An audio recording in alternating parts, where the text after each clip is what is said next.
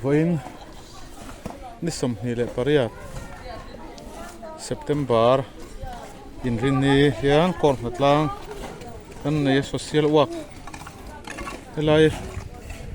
van tlang zun in le side drain hi sir le bol lo te hian no thina tui luang lei theilo te hian no khat ka kan thian fo to thina ma ro chu lei noi le sir bol lo hi ro han sur hian aron da le tun thina wangin zun in bulte lo ne rim thia te hian zun hiang hi ro han sur lo lo phei chuan zun hing rim thia kha tor theom khop hi ani changa om po thina ti hian kor Hnatlang kan neia tlai zun in van tlang zun in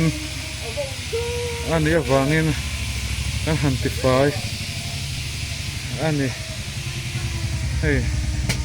ali te po hi adum khul maya that me khop mai lei po hi fai kwar to don ani hei hian kan hanti ken to fai thakwar mai dona hilai hi kan quarter sania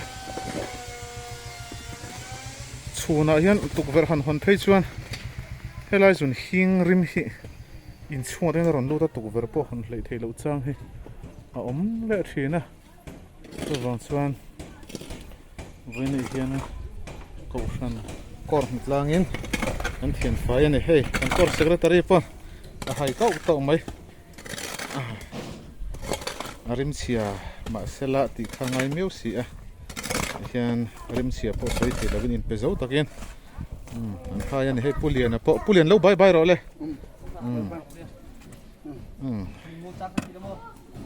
tlang wala sin pulian po vo in chu Hnatlang ani kan senior ani a hian thanghem ngai takina thokani en ton tlak khop mai